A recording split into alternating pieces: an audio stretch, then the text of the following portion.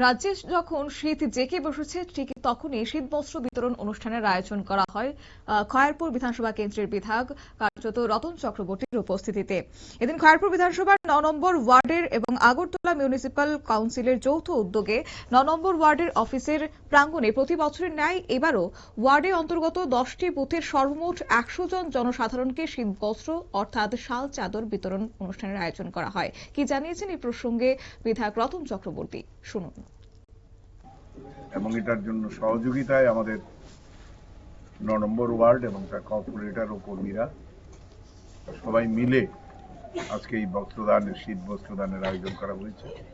সারা বছরই আমরা মানুষের রোজগার বাড়ানোর জন্য, তার জীবনযাত্রা মসৃণতার জন্য, এগিয়ে চলার জন্য শিক্ষা, স্বাস্থ্য, পানীয় জল, আপনার ঘর বাড়ি সব কিছুতেই তাদের জন্য উপযুক্ত ভাতা এবং প্রসূতি মায়েদের এবং ছোট্ট শিশুদের রক্ষণাবেক্ষণ, তাদের জন্য সুযোগ সুবিধা সম্প্রসারণ, নারী শক্তির উত্থানে এই সরকারের ভূমিকা, যার জন্য লক্ষাধিক নারী আজকে লাখপতি দিদি তৈরি হতে পেরেছে। তাদেরকে এখন ড্রোন দিয়ে ট্রেনিং দেওয়া হচ্ছে। বিধায়ক রতন চক্রবর্তীর বক্তব্য আপনারা শুনেন। একই সঙ্গে উপস্থিত ছিল ৯ নম্বর ওয়ার্ডের কর্পোরেটর উত্তম কুমার ঘোষ, মনোনীত কর্পোরেটর প্রাণজিৎ বণিক, মন্ডল সভাপতি স্নেহাস পদ, রাজেশ ভৌমিক, পাশাপাশি মহিলা মোর্চার সভানেত্রী পপ্পি বীর ও মন্ডলের দায়িত্বপ্রাপ্ত সদস্যরা।